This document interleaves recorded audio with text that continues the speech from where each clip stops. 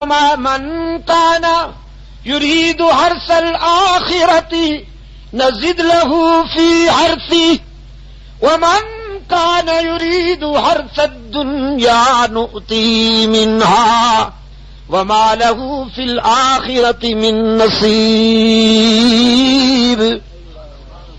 اللہ کی تقسیم پر ناراض نہ ہوا کرو، اس کی تقسیم میں بڑی حکمتیں کار فرما ہیں۔ اس نے کہا دونوں راستے تمہارے سامنے رکھتا ہوں، ان میں سے جو تمہیں پسند آئے چن لو۔ اگر دنیا مانگو گے تو عطا کروں گا، ہوائی جہازوں میں اڑنا پسند کرو گے تو اڑاؤں گا، محلات چاہو گے تو دوں گا، بینک بیلنس مانگو گے تو عطا کروں گا، کروڑوں کی ریس میں گھوڑے دوڑاؤ گے تو وہ بھی دے دوں گا، لیکن آخرت میں جوتے پڑیں گے، حشر میں جوارش پاپوش تیار ہے۔ وما لہ فی الآخرۃ من نصیب۔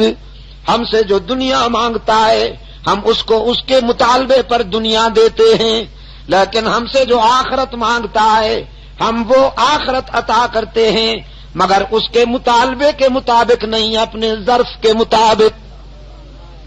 دنیا مطالبے کے مطابق دیتے ہیں اور آخرت ہم اپنے ذوق کے مطابق عطا کرتے ہیں۔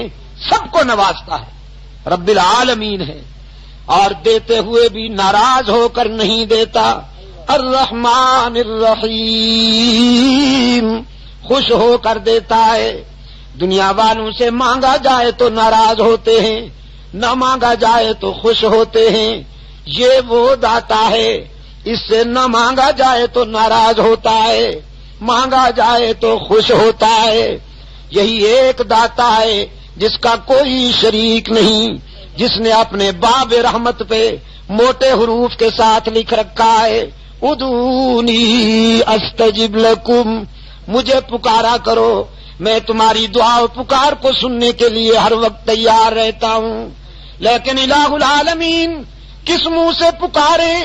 دامن میں تو ایک بھی خوبی نہیں، ساری زندگی گناہوں میں گزار بیٹھے ہیں، تیرے در پہ آتے ہوئے بھی حیا آتی ہے۔ کتنے پیار سے تسلی دی، نبی عبادی انی انا الغفور الرحیم۔ میرے پیغمبر میرے خطا کار بندوں کو بتا دو، اگر تمہارے گناہ بہت ہیں تو میری رحمت کا بھی کوئی ٹھکانہ نہیں۔ من یعمل سوءا او یظلم نفسہ ثم یستغفر اللہ یجد اللہ غفورا رحیما۔ جس نے بہت غلطیاں کی ہوں، زندگی کے سفر میں قدم قدم پہ ٹھوکر کھائی ہو، لیکن جب شرمندہ ہو کر آنسو بہاتا ہوا میرے در پہ آئے گا تو مجھے غضبناک نہیں پائے گا، مہربان پائے گا۔ یہی تو وہ داتا ہے جو اپنے در پہ آنے والوں کو تانا بھی نہیں دیتا، معاف کر دیتا ہے۔ الرحمن الرحیم، دیتا بھی سب کو ہے اور دیتا بھی مہربانی کے ساتھ ہے، ناراض ہو کر نہیں دیتا۔ مالک یوم الدین، جزا و سزا کے دن کا مالک و مختار بھی تو۔ اب انسان نے کچھ مانگنے سے پہلے اپنے داتا سے ایک نازک وعدہ کیا، ایاک نعبد و ایاک نستعین، ہم تیری ہی عبادت کرتے ہیں، ہم تیری ہی عبادت کرتے ہیں اور ہم تیری ہی عبادت کرتے ہیں اور کرتے رہیں گے۔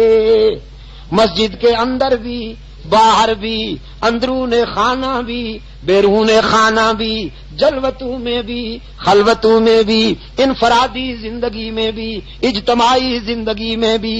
قرآن تو کلام فطرت ہے نا، انسانی کمزوریوں سے اللہ سے زیادہ واقف کون ہو سکتا ہے؟